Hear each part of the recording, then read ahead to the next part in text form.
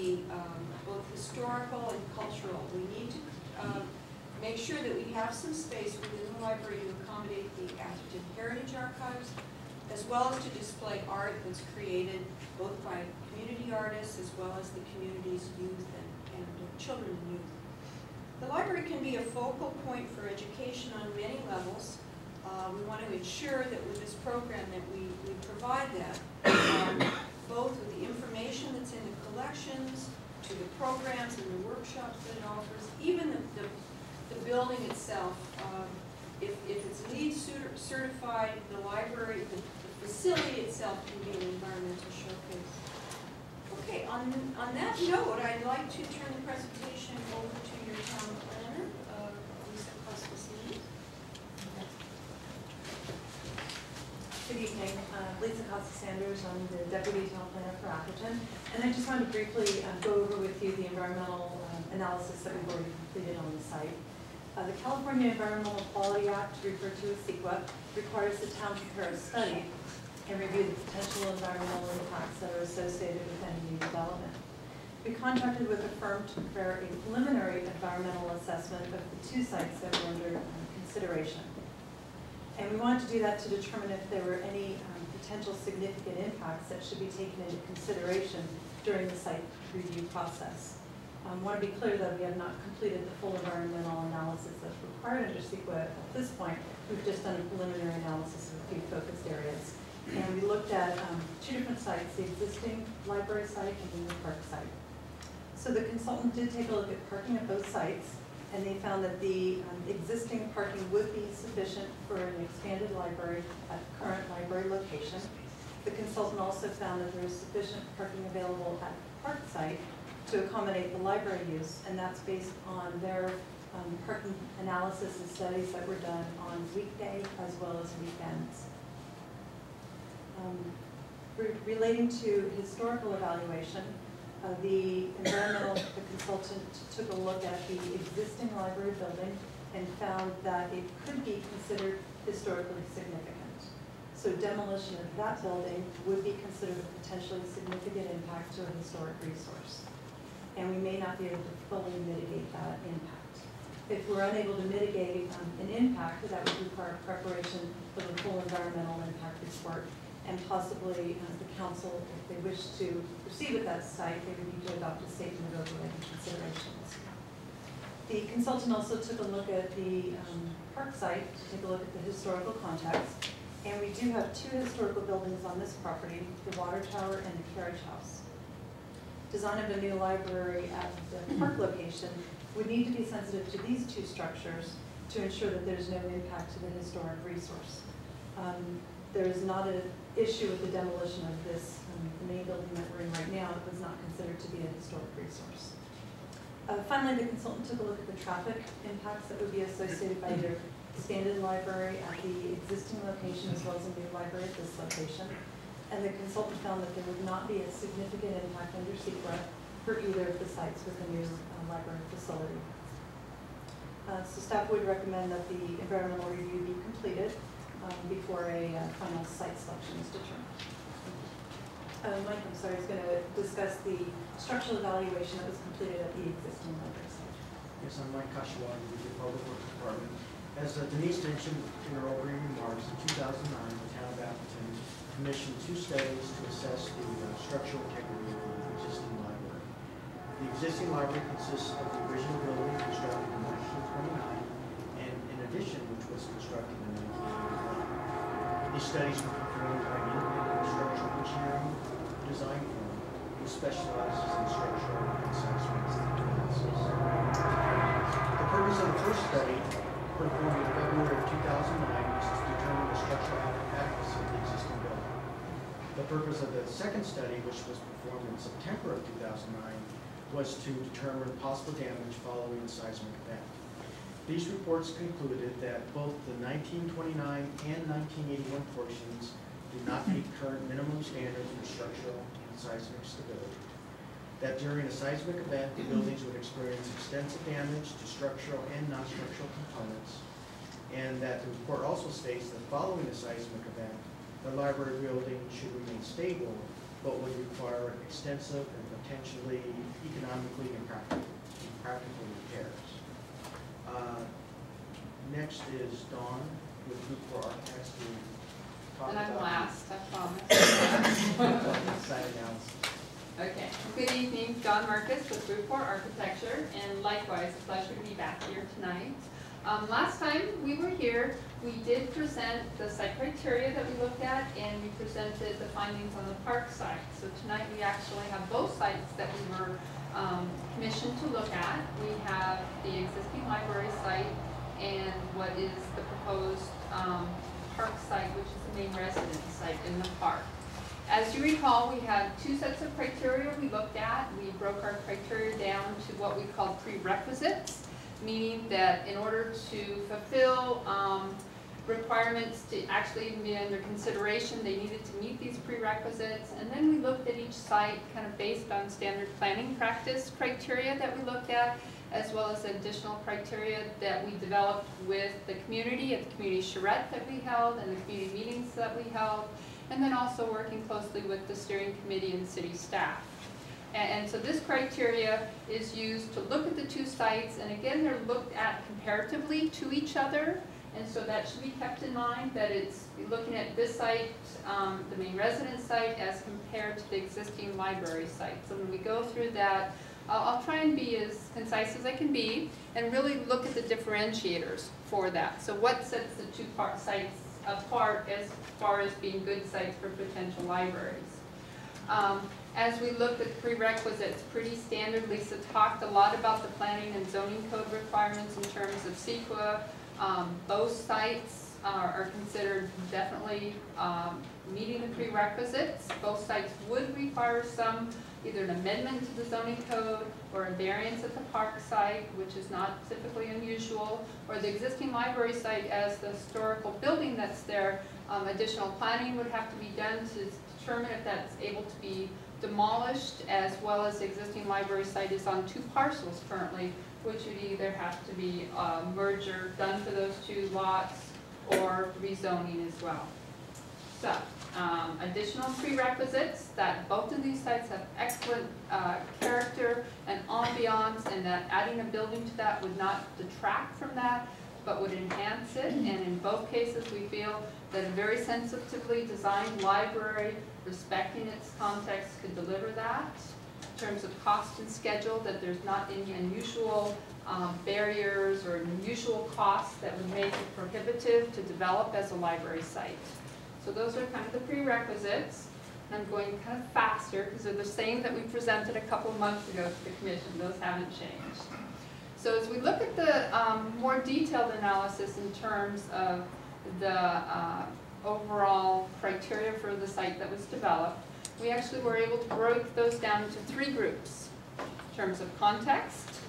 And included in context is accessibility, and this means pedestrian, bicycle, vehicles, as well as visual accessibility, impact to the park or the neighbors, consistent with the park master plan, which really only applies to the park site. But there is a reading garden at the other site, which could also be taken into consideration under that criteria. Synergy with other recreational cultural activities in the community, and then connectivity with the community. And those are the context ones. As we look at experience, we have visual and physical indoor-outdoor connections, outdoor spaces, environmental and operational sustainability. Environmental costs are typically, your capital costs are typically exceeded within the first 10 years of operating a building. So really important that we look at those operational costs for long-term sustainability. The library user experience, flexibility and multi-purpose, as Kathy said, libraries continue to evolve. And what we're planning for is really a future-proof library, making sure that it can evolve as the library services evolve. Convenient, efficient, and as kind of a cost function and a service to the community, looking at temporary facilities as consideration as well, or interruption of library services. So, for the first criteria, we looked at context, looking at the existing sites. You can see both of the sites with our rating on the right-hand side. Simple rating criteria that we used was positive, neutral, or negative. There's no weighting or prioritization applied to this criteria, and so it's just simple, pretty objective analysis of the 2 sites that is being summarized here. 2 sites are positive for accessibility, minimize impacts to park or neighbors, consistent with the park master plan. The proposed site on the next slide, you'll see it's within the community core of the master plan. The one area where we see a differentiator between the 2 sites is the synergy with other recreational cultural activities.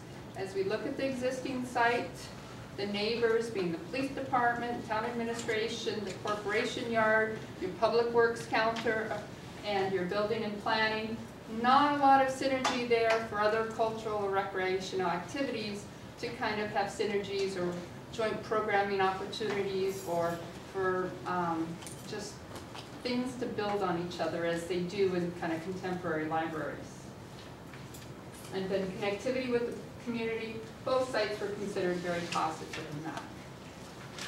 As we look at the existing main residence site in the park, again, the differentiator with the activities that you have in the park, with the multi-generational activities from the walkers in the morning, to lacrosse in the afternoon, to baseball, to the preschool, really an opportunity to build off these other uses of the park and to make them even better and more use and more opportunities for joint programming, and having the outdoor spaces that the library will build be available to other community uses and park users as well.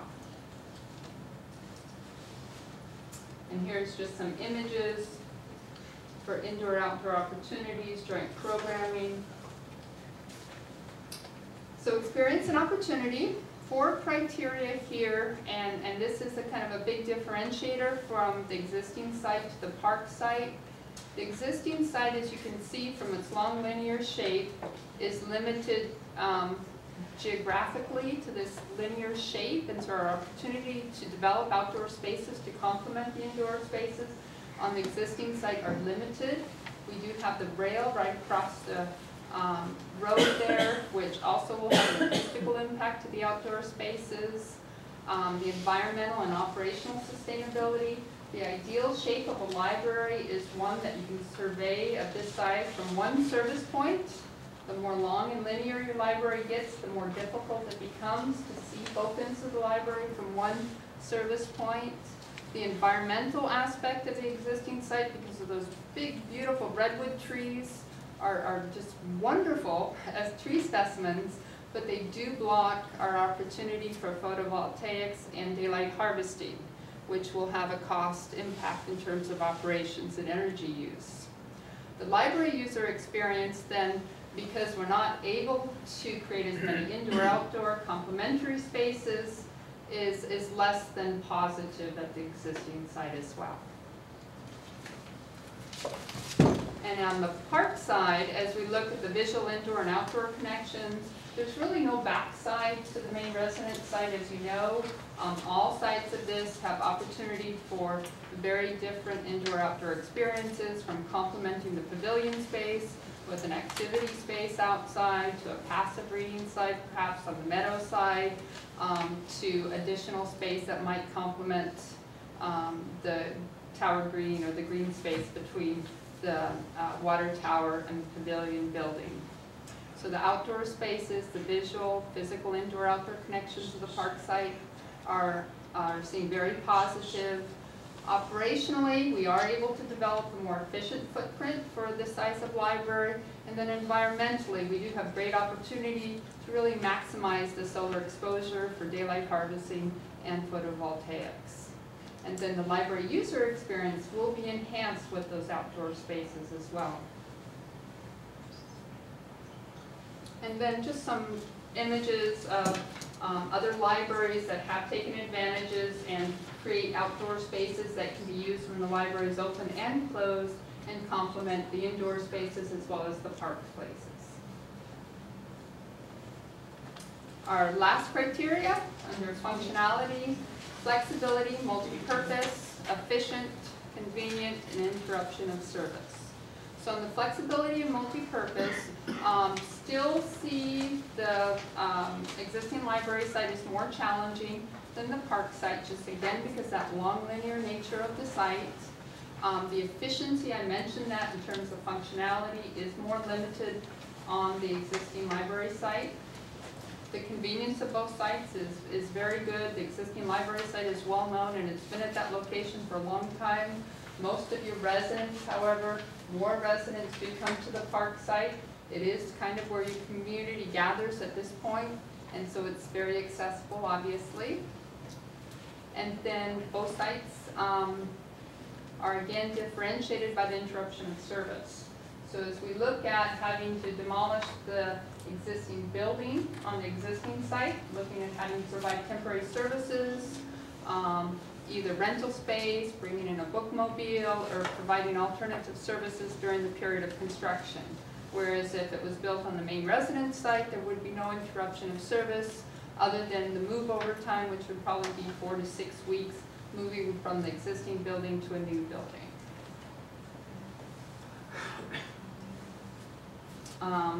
And flexibility, multi-purpose, lots of opportunities on the park side to really create spaces that can be used independent, even when the library is closed, have access to program rooms or multi-purpose spaces.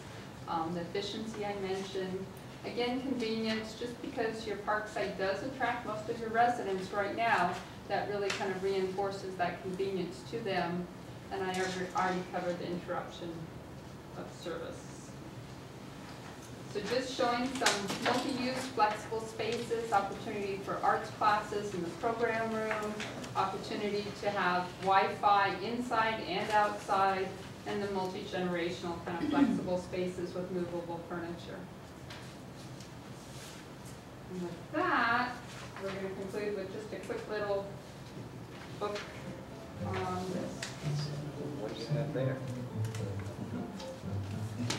It's a book. And you scroll down. Nope. Turn the page. It's a book. And you blot with it? No. It's a book. And it tweets? No. Can it text? Wi-Fi? Does it need a password? No. Can it do this? No. It's a book.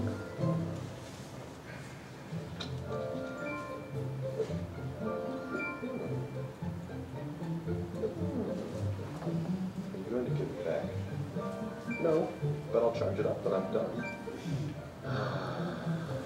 You don't have to. It's a book!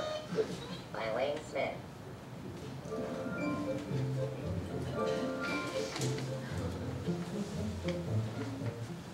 So we want to thank you for your patience. I understand, for some of you, you've come to previous community meetings and you might have heard this before. But the purpose of us doing this a few times with the community is to provide as many people in the community and people who have not had the opportunity to come to our previous meetings to listen to what our process is being, what our criteria is, and what our assumptions are, and what our analysis is. So I thank you for your patience. And at this point, what we're looking to do and what we're asking of the Park Rec Commission is that we are recommending the park site as our preferred site, and we would look to doing the next step of the environmental process with our recommended preferred site. Thank you for your attention. Bye-bye. Thank you, Denise and committee. We'll take your questions. Before we make any recommendations, we're going to hear all presentations. So what I will do is open to the commissioners for any questions. Bob, would you like to start?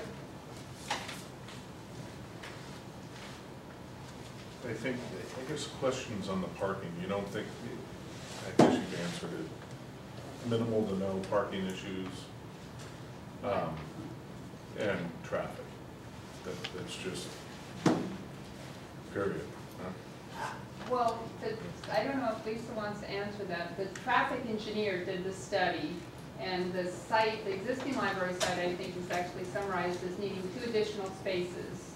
And then the park site was shown in the parking counts that was done over a week's period of time, Lisa, is that correct? Had the result of showing adequate parking to support a library of about 9,800 to 11,000 square feet. It included the assumption that there would be a reduction or in special events, such as large corporate meetings and weddings.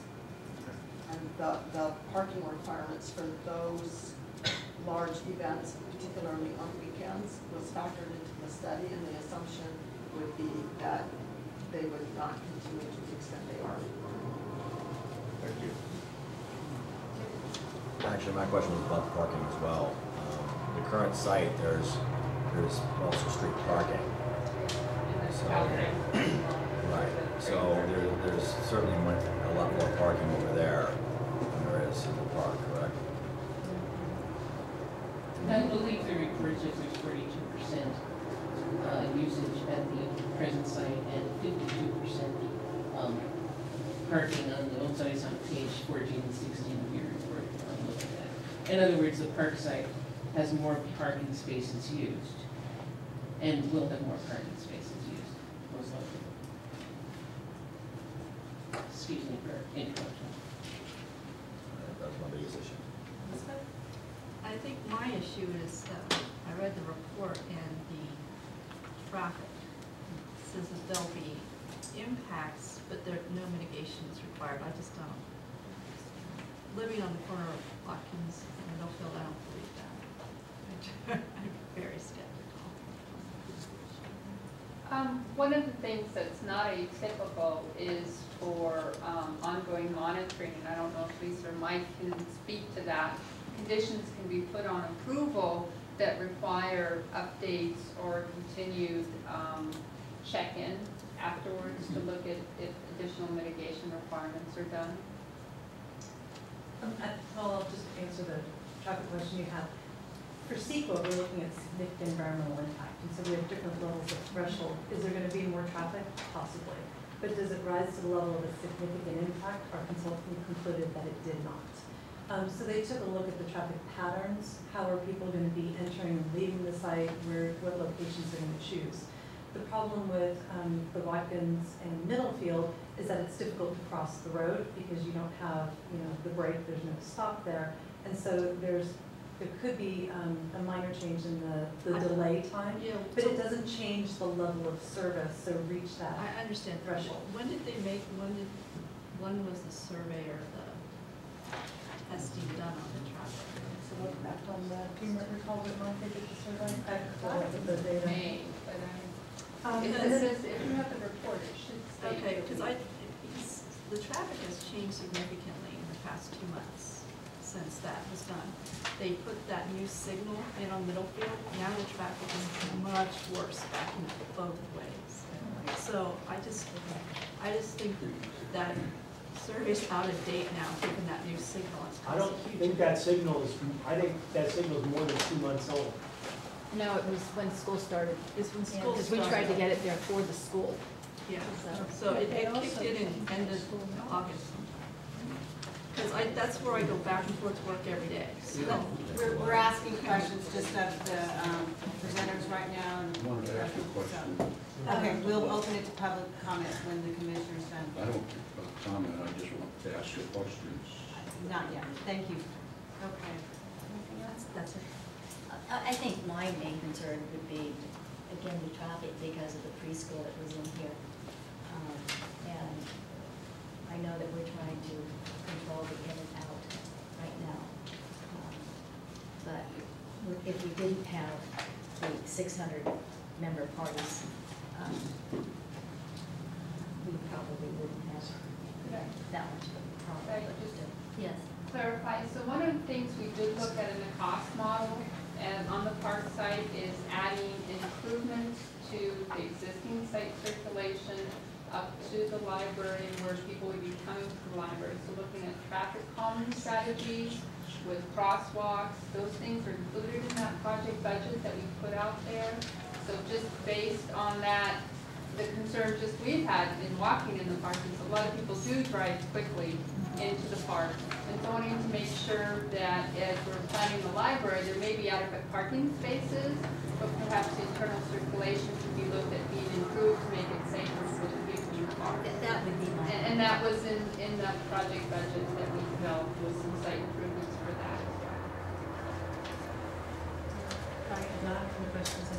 presentation, thank you. I do have a question. When you considered your traffic analysis, there was no mention of the impact of Menlo Park's Gateway project or Redwood City's Saltworks project or the North Fair Oaks Middlefield improvements. Did you take any of those into consideration? They really looked at the existing conditions, and they did do some projections based on the CPAC model. The City and County Associations of Government does have projection increase model, but when they do the full environmental analysis, they'll need to look at known cumulative projects as well. So that's very And I important. know that there's also some project mitigation measures from some of the Bohannon project from Menlo Park that should improve some traffic conditions, but we need to definitely look at all that, those factors. Okay, in case Commissioner, so the Gateway project is a Bohannon project, and the Middlefield Fair Oaks will be dense housing near Fifth Avenue. So we'll have an impact on our traffic.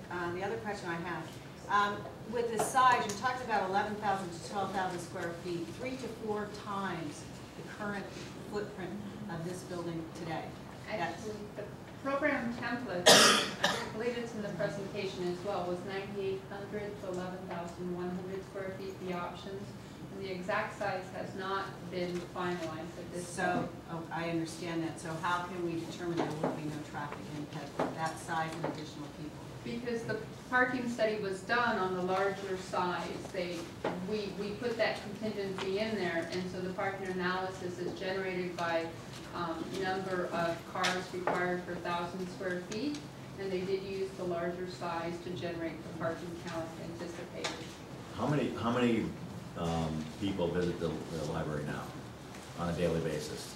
It's about 1,500 to 1,600 a week, so. Okay. And do you know how many or what percentage are Atherton residents? We don't track communities. And why not? It's our First Amendment right. Thank you. To not track. How do you determine how many came in and your usage? How does that determine?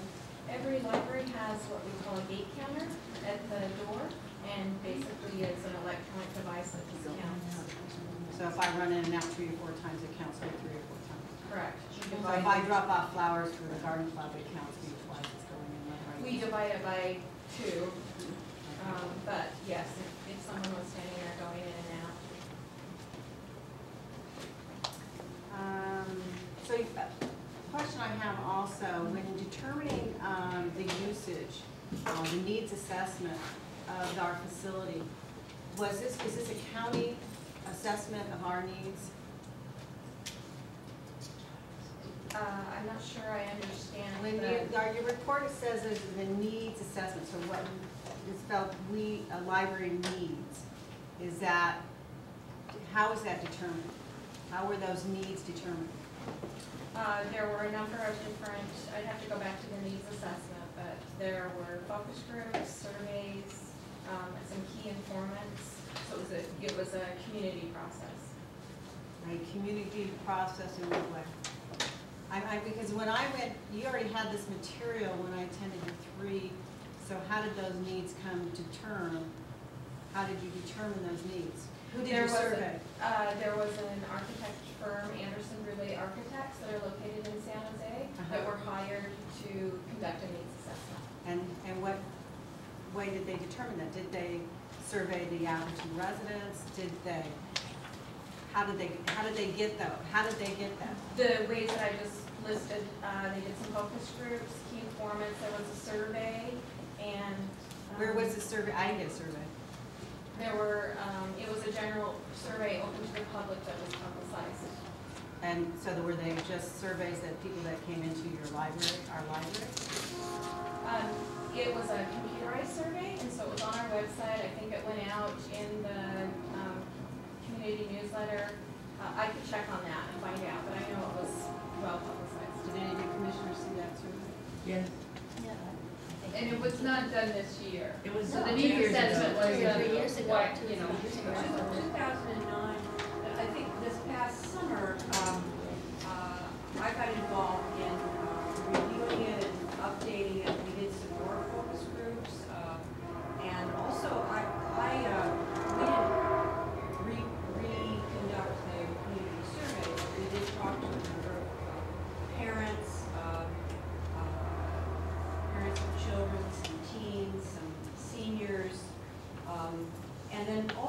looked at what the original needs assessments recommendations were and sort of compared them to what the current best planning practices are in California and the Bay Area, to just sort of get a sense of were they in the ballpark,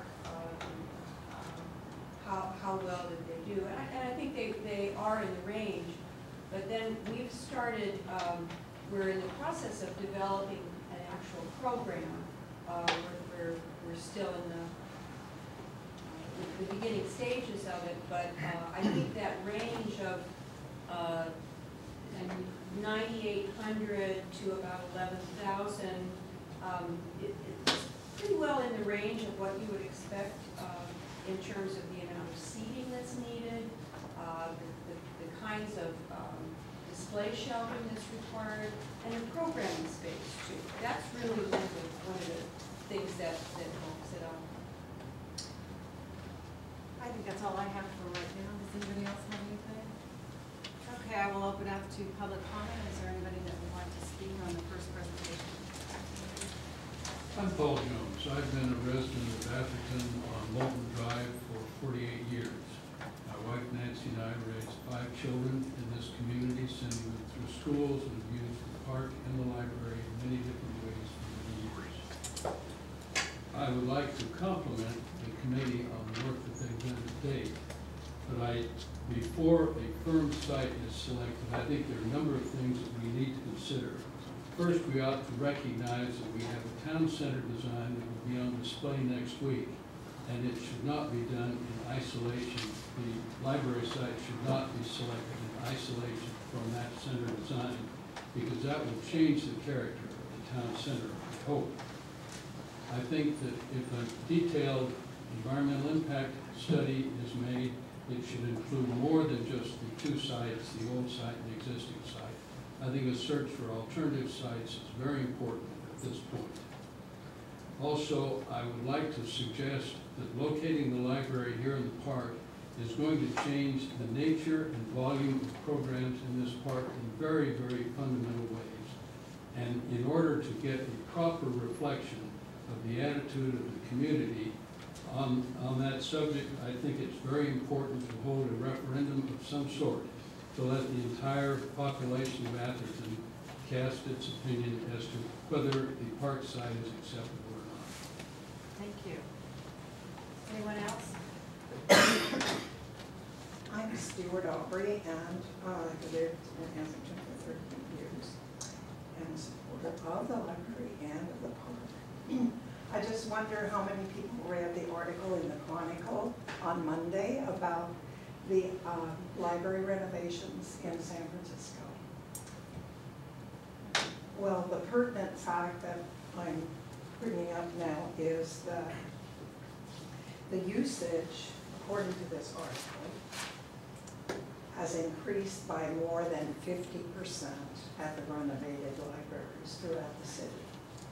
That to me is disturbing, because I wonder if this park is equipped for a volume like that. That's one of my concerns, of the parking and the usage. So it's Monday's Chronicle. If you haven't read it, you might want to do that. Thank you, Stuart. Yeah. No, go ahead. Yeah, Lauren Bruner, and I've been a resident of Atherton for about 12 years. And I just want to say, I really appreciate all the work that the library committee has done and put together all these presentations. They're very, very useful, very helpful. And I have a tremendous amount of respect for Denise and the other people on the committee. I think that my biggest concern is not losing our community center where we currently have it. Growing up or working and being around the neighborhood where the current library currently is located, it really is a community hub, and I disagreed a little bit with the idea of the synergy with other cultural activities, because I see many, many people when I go and drop off my books at the library, go to the post office, and drop by the building, there's just all of this stuff that does happen right in the neighborhood now, and so by completely removing the library there, I feel like that will take a lot of the younger energy away from the center of the town.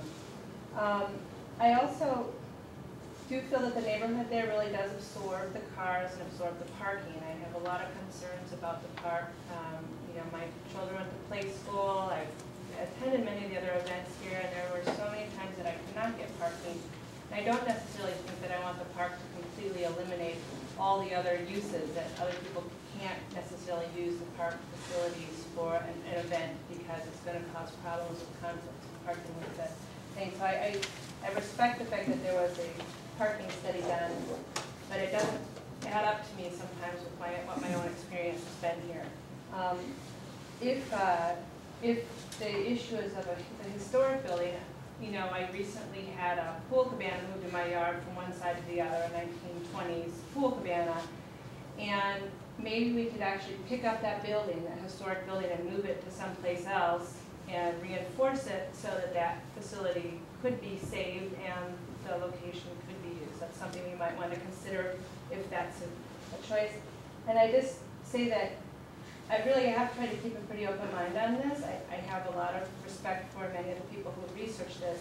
It's just in talking to so many people around the town, so many people are either opposed to a new library altogether or are open to a new library in the existing building. Many people are very, very nervous about moving to the park. So I think I second the idea of having a public vote or a referendum or something that we could actually truly get everyone's input on whether or not people agree or not, whether it should be here, because I think that would be a way that, you know, it's a vote. Yeah, 50% say yes, 50% say no, or maybe this 85% one in the park and then it's answered